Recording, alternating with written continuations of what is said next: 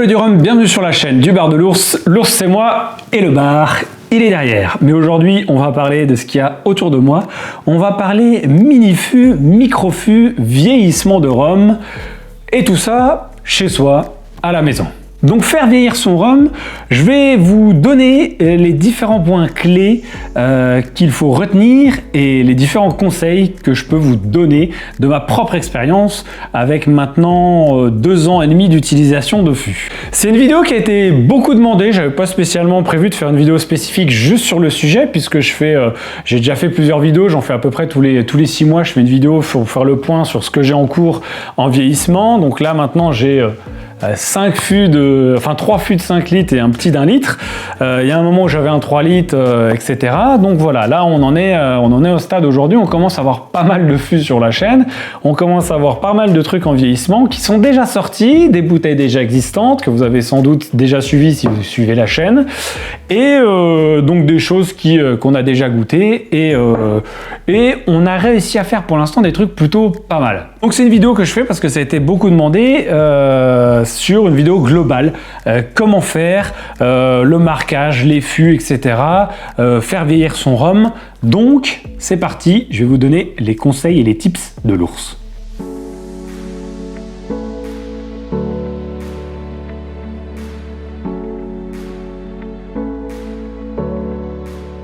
La première chose quand on parle de vieillissement de rhum, donc c'est quoi? C'est tout simplement donc avoir un fût chez soi, un micro-fût, là je parle, je ne parle pas de fût comme je peux avoir sur ma terrasse qui fait 250 litres.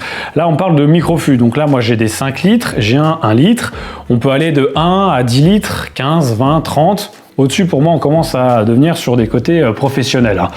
On n'est plus sur de l'amateur, donc voilà. Là ici, moi j'ai des 5 litres. Comment ça se passe? Bah tout simplement, on les a chez soi et on met du rhum dedans. C'est aussi simple que ça. Mais dit comme ça, bon, c'est pas juste mettre le rhum dedans finalement. Quelles sont les étapes, les premières étapes en tout cas, à réfléchir?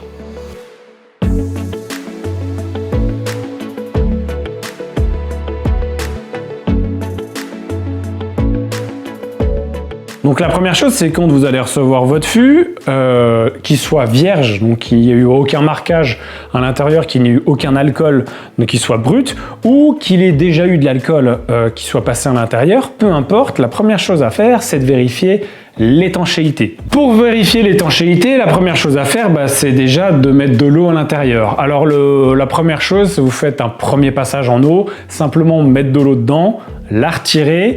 Quand votre fût est brut, ça va vous permettre d'enlever un petit peu toutes les impuretés, tous les petits copeaux de bois que vous pourriez encore avoir à l'intérieur, parce que mine de rien, même quand le travail est bien fait, il y a toujours un petit peu de bois à l'intérieur. Forcément, on est sur des matières vivantes, on est sur des choses qui bougent et on est sur de l'artisanat généralement. Vous êtes sur des petits fûts. Là, moi, je suis sur la tonnellerie de Navarre. On est sur du fait main, fait français main, vraiment sur des choses qui sont faites sur mesure. Pour vérifier l'étanchéité, il y a quelque chose qui est très simple, c'est que vous allez prendre votre fût, vous allez remplir avec de l'eau à l'intérieur, tout simplement, et vous allez le laisser entre 24 et 48 heures en eau, avec par exemple une feuille de journal en dessous, pour vérifier si vous avez des fuites. Vous le mettez en eau le soir, le matin vous vous levez et vous regardez. Est-ce qu'il y a des traces? Est-ce qu'il y a des coulures? Est-ce que mon papier est mouillé, par exemple, en dessous? Ça va vous permettre de voir déjà si votre fût a des petites fuites. Ça peut arriver. S'il est trop sec, si le bois est trop sec, il est trop resserré et on peut avoir des fuites. Donc la solution, c'est de le mettre en eau autant de temps qu'il le faut pour colmater les fuites. C'est-à-dire que ça peut aller jusqu'à 4 jours. On peut le laisser en eau 4 jours, le temps vraiment qu'il se regorge, que le bois regorge complètement et puisse à nouveau s'éclater et du coup faire disparaître les fuites. Il y a différentes manières aussi, vous pouvez mettre donc de l'eau à l'intérieur et il y a aussi une manière, c'est de tremper votre fût en entier, de le mettre en eau. C'est-à-dire que si vous avez une grande bassine, si vous avez un tonneau, si vous avez une piscine vide, une baignoire que vous ne pouvez ne pas utiliser pendant 2 ou 3 jours, et vous mettez votre fût, donc vous le remplissez à l'intérieur, mais vous le mettez en eau, donc qu'il soit recouvert en entier d'eau. Ça peut aussi fonctionner.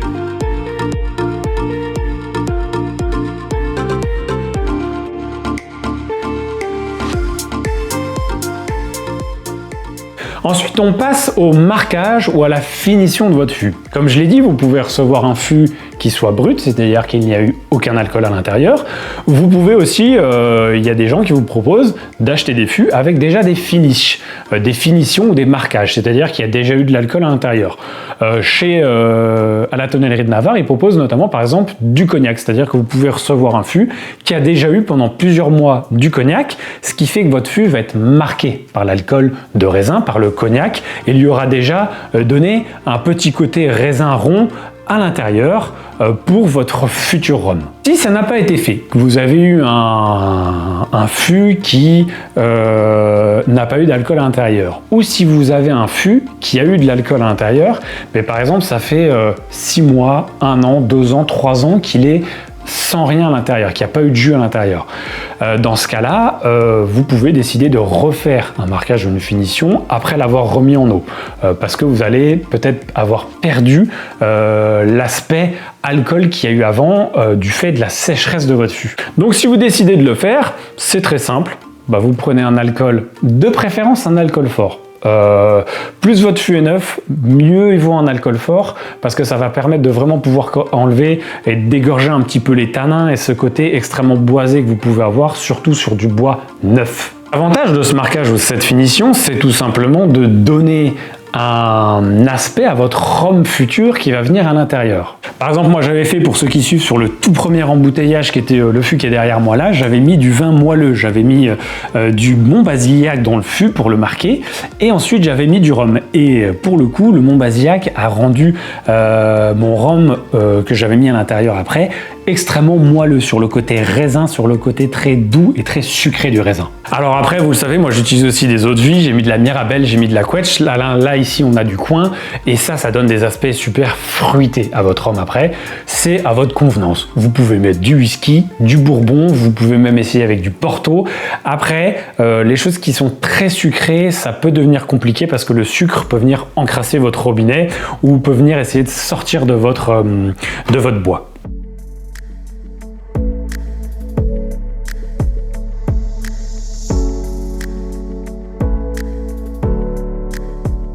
On passe au choix du rhum. Alors, généralement, vous mettez du rhum blanc à l'intérieur. Mais pour ceux qui suivent un petit peu, vous savez que moi, je vous parlais du Montbazillac que j'ai fait pour le premier. J'avais mis un ESB, un élevé sous bois, donc qui avait déjà été marqué pendant au minimum 12 mois dans des gros fûts en chêne. Donc, il y avait déjà une certaine structure, une certaine ADN.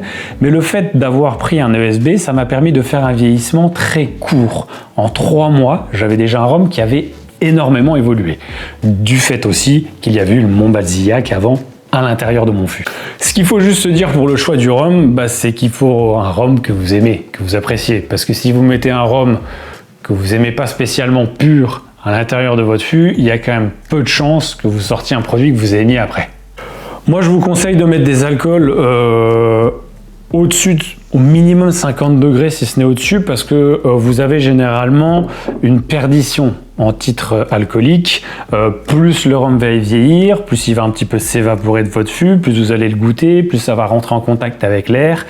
Et généralement, on perd des degrés. Alors la perte de degrés, elle est complètement différente selon chacun, puisqu'elle va différer par rapport au rhum que vous avez mis dedans, par rapport au fût que vous utilisez, s'il a déjà été marqué ou pas, s'il a déjà quelques années ou pas, par rapport à la pièce dans laquelle vous le gardez, si l'univers est humide ou pas, ça joue énormément. La chaleur aussi, ça va jouer dessus, mais en règle générale, on perd en degrés. Donc le principal, c'est de sélectionner un rhum que vous aimez, que vous appréciez, à mettre à l'intérieur. Que ce soit d'ailleurs de l'agricole ou que ce soit de la mélasse. Il y a des rhums blancs de mélasse qui existent aussi, que vous pouvez utiliser, que ce soit des Jamaïcains, on a du Belize, on a du Maurice qui existe en blanc, on a beaucoup de destinations différentes qui peuvent aussi faire de très bons rhums vieillis à la maison.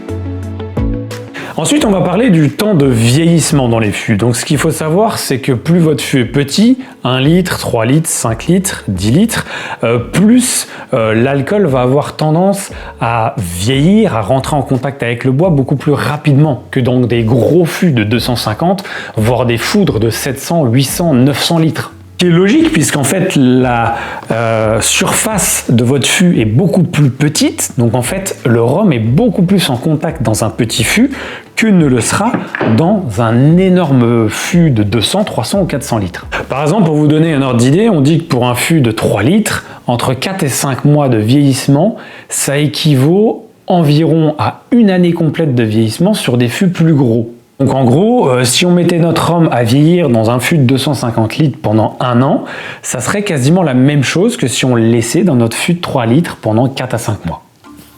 Alors encore une fois, c'est une donnée à prendre avec des pincettes puisque ça diffère, comme je le dis, de l'endroit où vous allez le stocker, du rhum que vous mettez dedans, si vous le remuez ou pas. Il y a beaucoup de paramètres à prendre en compte. Le conseil, c'est que plus vous allez faire de cuvées, plus vous allez utiliser votre fût, plus il y aura eu d'alcool différent à l'intérieur, plus vous allez pouvoir accroître la durée de vieillissement. Puisqu'en fait, au fur et à mesure des passages, le fût va se débarrasser de ses impuretés et de ses côtés tanniques qui peuvent être très costauds au début. Pour un premier vieillissement sur un 5 litres, on peut partir entre 4 et 5 mois. Sur un second vieillissement, on peut directement partir plutôt entre 8 et 9 mois, de manière assez facile.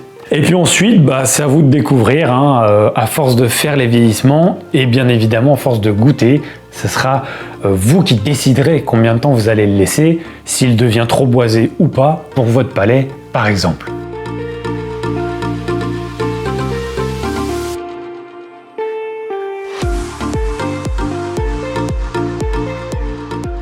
Ensuite, on va vous expliquer un petit peu quelque chose qu'il faut savoir, c'est la part des anges. À la fin de votre vieillissement, sur un fût de 5 litres, vous ne récupérerez pas 5 litres d'alcool. Pourquoi? Parce qu'il y a une part qui va s'évaporer.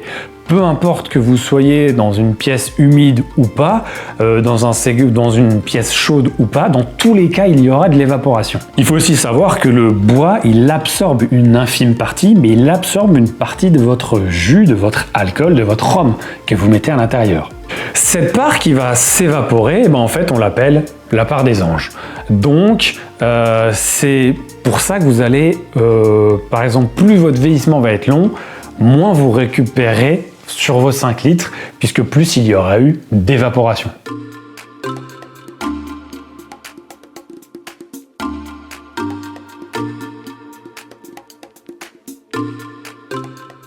On en vient, après ce phénomène de part des anges, on en vient à l'ouillage. L'ouillage, c'est quoi? C'est justement de se dire, cette part que je perds dans mon fût, je vais la remplir en fait avec l'alcool de base que j'ai utilisé.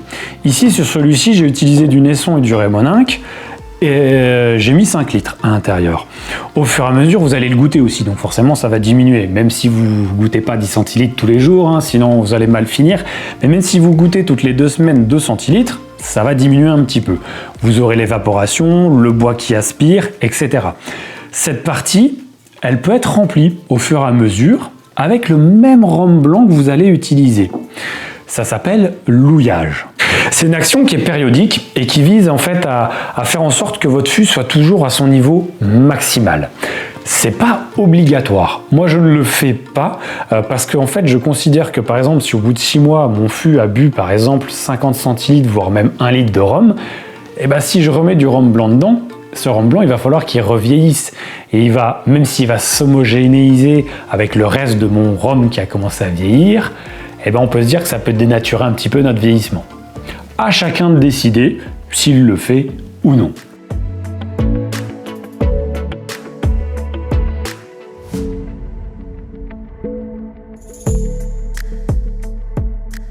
Ensuite, on peut parler du repos de votre rhum une fois que vous allez le sortir, une fois que vous allez décider de vouloir le mettre en bouteille. On peut considérer que notre rhum est encore un petit peu fort en alcool. Et dans ce cas-là, on peut décider de le mettre dans une jarre, dans une Dame Jeanne, peu importe, un grand contenant en inox ou en verre, et le laisser s'aérer un petit peu. C'est-à-dire que vous allez le mettre dans un grand contenant, le verser, le laisser s'aérer, l'agiter, pourquoi pas, et le laisser s'oxyder un petit peu avec l'air pour lui permettre de se mélanger mais d'une meilleure manière et peut-être de perdre un petit peu ce côté trop épicé, ce côté trop alcooleux qu'on peut avoir des fois sur certains mélanges ou certains rhums. Encore une fois, c'est quelque chose qui n'est pas du tout obligatoire. Pour l'instant, moi je l'avais fait sur aucune cuvée, sauf celle-ci, la dernière que j'ai faite, qui est la favorite. Qui est pas mon la favorite. Celui-ci, c'est mon blend Guadeloupe Réunion que j'avais fait Raymonin Savannah avec de la couette Chavon. Et en fait, quand je l'ai sorti, le côté alcooleux était assez présent. Et donc, ce que j'ai fait, c'est que mon alcool que j'ai sorti, je l'ai laissé pendant 48 heures dans un grand bocal en verre. Je l'ai laissé s'aérer. Ce que vous pouvez faire, c'est que votre bocal en verre, vous pouvez le laisser ouvert. Vous le mettez simplement un chiffon par-dessus pour qu'il n'y ait pas de poussière, qu'il n'y ait pas d'animaux, qu'il n'y ait pas de choses qui rentrent dedans, mais que l'air puisse vraiment, que vous ayez un bon diamètre pour pouvoir avoir beaucoup d'échanges.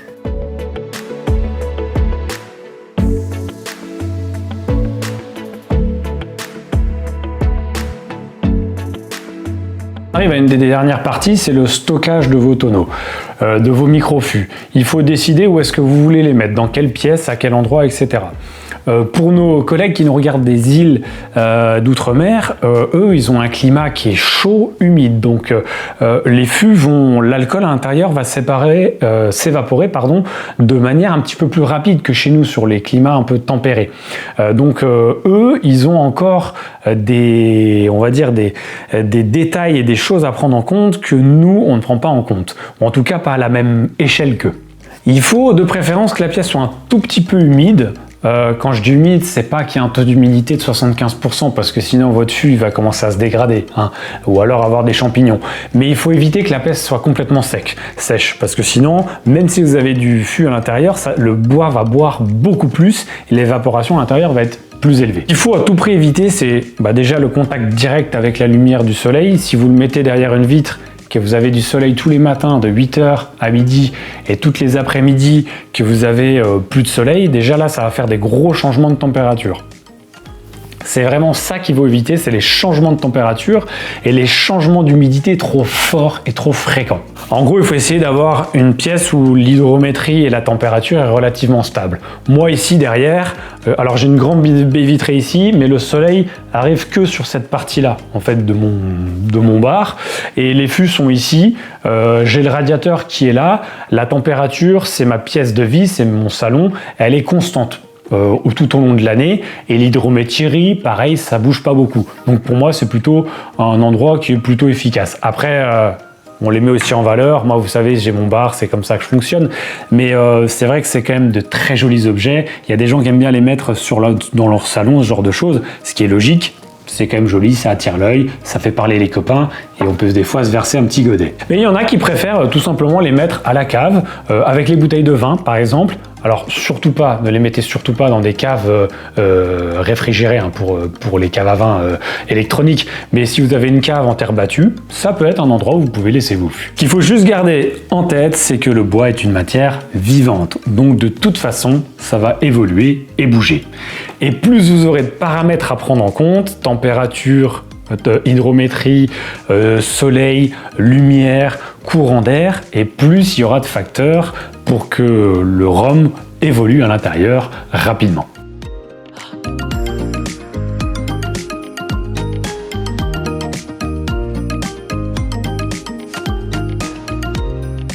Alors on termine avec plusieurs conseils. Le premier, c'est que vous trouverez quasiment toujours sur vos premières cuvées des petits copeaux de bois à l'intérieur. C'est tout à fait normal, même des petites miettes. C'est logique puisque comme je l'ai dit, c'est des matières vivantes. Moi par exemple, j'ai filtré simplement les très grosses avec une passoire, les très gros bouts, et j'ai laissé ce petit dépôt parce que justement je trouve que ça fait le charme de la cuvée. C'est ce côté brut, c'est aussi ça qu'on veut. C'est comme mes rhums arrangés, vous le savez, je filtre pas. Après il y a des politiques, il y a des gens qui veulent filtrer vraiment parce qu'ils ne veulent pas qu'il y ait des particules à l'intérieur. Là vous voyez, il y en a un petit peu dans celle-ci par exemple, mais pour moi ça fait partie de la magie du vieillissement. Chacun son avis sur la chose. Si vous voulez le faire, toutes les techniques sont faisables, filtre à café, des filtres, des passoires, des tamis. vous pouvez le faire de toutes les manières possibles. Un petit conseil sur les choses à éviter, ce sont les fûts que vous allez pouvoir récupérer où il y a par exemple de la paraffine ou du vernis, ce genre de choses. Si le fût est paraffiné à l'intérieur, ça peut altérer le goût de ce que vous allez mettre dedans. Pour enlever la paraffine, a priori, moi je ne l'ai jamais fait puisque j'ai jamais eu ce genre de cas de fût, de ce que j'ai vu, normalement plusieurs passages en eau chaude permettent de la retirer. L'autre chose, c'est le vernis. Il peut y avoir des fûts qui ont été vernis à l'extérieur. Si vous vernissez votre fût à l'extérieur, le vernis va rentrer. Il va rentrer en contact au fur et à mesure avec le rhum que vous avez dedans.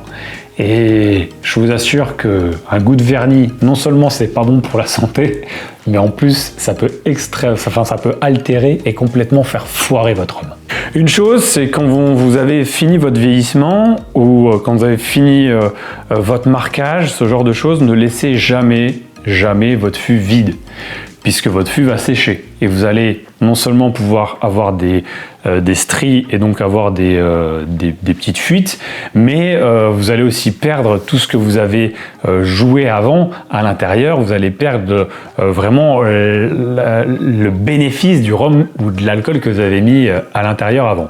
Laissez jamais un fût vide, même si il faut toujours laisser au moins 25% plein. C'est le minimum, vous laissez toujours 25% plein. Même si vous voulez pas laisser d'alcool dedans, même si vous vous dites bah j'ai pas les sous pour faire les... moi j'ai 3-5 litres maintenant, donc celui-ci n'est pas plein, parce que ça coûte certaines sommes d'acheter 5 litres de rhum, qu'on se le dise, surtout quand on veut des trucs un petit peu qualitatifs, mais il est pas vide. J'ai à peu près 1 litre et demi de blend de rhum différents pour que que le fût reste vraiment humide et marqué. En gros, vous n'avez pas le choix. Une fois que vous avez commencé à faire des cuvées, il faut continuer. Est-ce que c'est vraiment un problème? Je ne sais pas et je ne pense pas. Moi, j'utilise un pèse-alcool qui est là, qui est présent. Ça se présente de cette manière-là. Donc en fait, vous avez des petits marqueurs, c'est un pèse-alcool, vous le mettez à l'intérieur donc de votre bouteille, de votre peu importe comment vous vous débrouillez pour avoir votre rhum, vous le mettez dedans et ça vous donne, alors c'est environ, c'est pas le truc le plus précis sur terre, mais c'est plutôt pas trop mal je trouve, ça coûte pas trop cher, vous en trouvez sur internet de manière plutôt facile et du coup vous mesurez la température, vous avez une table des températures et de l'alcool et vous allez pouvoir trouver votre degré alcoolique de votre rhum. Moi je me fonctionne de cette manière-là. Quand vous faites ce genre de manipulation, ça reste relativement précis quand même, je trouve. Vous pouvez décider que votre rhum est peut-être un petit peu trop fort. Ça arrive. Pour le coup, mon rhum est un petit peu trop costaud. Il était à 50, il est seulement descendu à 49. J'aurais voulu descendre un petit peu. C'est possible, si vous le souhaitez, de réduire entre guillemets votre rhum. Ce que font les distilleries, c'est simple, c'est que vous allez ajouter tout doucement, goutte par goutte ou centilitre par centilitre, de l'eau à votre mélange. Alors après, il va falloir faire attention à quelle eau vous utilisez, parce que si vous utilisez de la Contrex par exemple, vous allez complètement foirer votre blend sans doute, parce que c'est très marqué la Contrex. Si vous pouvez utiliser une eau de source ou une eau neutre, c'est quand même mieux à mon avis pour le réduire. Moi j'ai jamais fait de réduction, mais a priori c'est jouable. Alors un petit truc, c'est qu'il existe aussi des fûts qui sont livrés sans robinet. C'est pas forcément une obligation d'avoir un robinet dessus, puisque vous avez de toute façon dessus votre petite bonne. De toute façon, il est ouvert ici. Vous pouvez, si vous n'avez pas de robinet, vous prenez une pipette. Moi j'en ai acheté un paquet de 50 je crois en pharmacie, ça coûtait 10 balles ou 15 balles. Et vous prenez les pipettes, ça vous permet de pouvoir goûter tout simplement votre rhum à l'intérieur. Et quand vous voulez le vider, vous le videz de cette manière-là. C'est peut-être un petit peu moins simple qu'avec un robinet un petit peu moins sympa, mais en tout cas ça peut aussi éviter d'avoir des fuites au niveau des robinets, parce que ça arrive de temps en temps. Les étiquettes et les embouteillages, j'en parle moi dans mes autres cuvées, notamment les étiquettes que je fais sur mesure, que je fais imprimer sur internet, la cire que j'achète sur internet avec une machine à chauffer, je mets mes bouchons, je cire moi-même, ça donne des rendus un petit peu sympas de ce type-là, ou des étiquettes qui ressemblent à ça, voilà. J'en ai déjà parlé, mais vous trouvez absolument tout sur internet, vous pouvez faire vos étiquettes vous-même. Alors moi je le fais avec Esprit de Cannes, ma micro-entreprise, parce que je fais du conseil sur mesure, notamment aussi sur le vieillissement, je fais aussi de l'étiquette sur mesure pour ceux qui voudraient vraiment. Maintenant, vous avez plein d'outils à votre disposition qui sont gratuits. Funez un petit peu, allez sur des groupes Facebook, sur Internet, vous trouverez pas mal d'informations. Vous pouvez acheter toutes sortes de bouteilles aussi, toutes sortes de bouchons, des capsules à thermocoller, de la cire. On trouve vraiment pléthore de choses maintenant pour s'éclater et faire des trucs un petit peu sympas.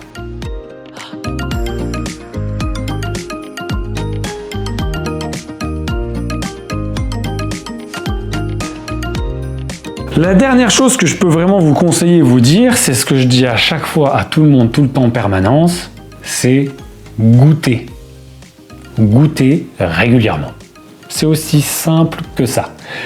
Goûter régulièrement. C'est ça qui va vous permettre de voir, tiens, en une semaine, le boisé a commencé à devenir plus fort. Ou au contraire, il a commencé à s'atténuer.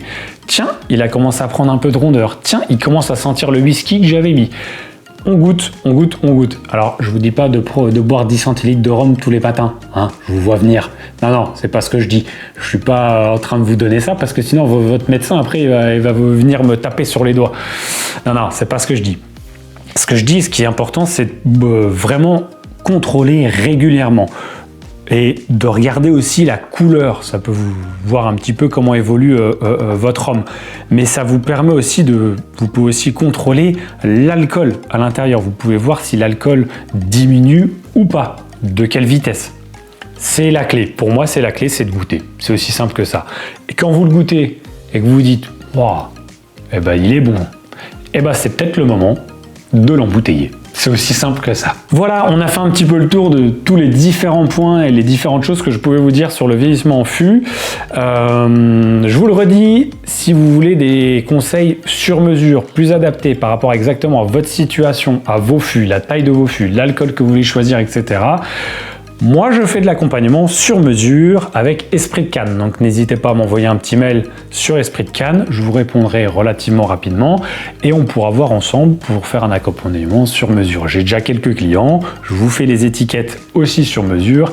On peut tout imaginer. Je fais des accompagnements qui vont entre 4 et 12 mois. Donc avec différents points, même si on ne se voit pas en physique, on a des points téléphoniques et on regarde un petit peu ce que vous pouvez faire ensemble. Donc n'hésitez surtout pas à me contacter si vous le souhaitez. On termine là-dessus. Merci à toi Peuple du Rhum d'avoir visionné la vidéo. J'espère qu'elle vous aura plu, qu'elle vous aura... Je sais qu'elle était demandée, donc j'espère que les conseils vous serviront. À chaque fois que vous me poserez des questions, maintenant, je vous renverrai vers cette vidéo. N'hésitez pas, comme d'habitude, à commenter, partager, liker, à venir sur les réseaux sociaux, la page Facebook, le compte Instagram, etc. Et puis, eh bien, comme d'habitude, n'oubliez pas, pas plus haut que le rhum.